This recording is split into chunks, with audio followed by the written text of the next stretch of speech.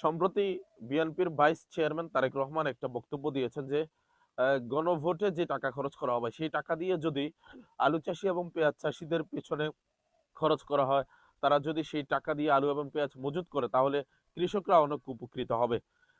তো সেই বক্তব্যকে কেন্দ্র করে একজন কন্টেন্ট ক্রিয়েটর শাহিন আলম তিনি বলছেন যে বিএনপি সম্প্রতি দুইটা গাড়ি কিনেছে, বুলেট প্রুফ গাড়ি।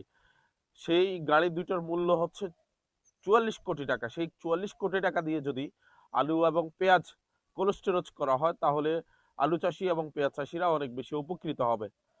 তো এখন এই কথাটা নাকি দোষের হয়ে গেছে, এটা নাকি কটূক্তি হয়ে গেছে, যার কারণে তার বিরুদ্ধে মামলা করা হয়েছে। সামনে তো মনে হচ্ছে যে বিএনপি যদি কোনো অন্যায় করে, অপরাধ করে, সেই অপরাধগুলো যদি জাতির সামনে তুলে ধরা হয় সেটাকে তারা কটূক্তি অথবা মিথ্যাচার বলে কন্টেন্ট ক্রিয়েটর অথবা মিডিয়ার বিরুদ্ধে মামলা করবে।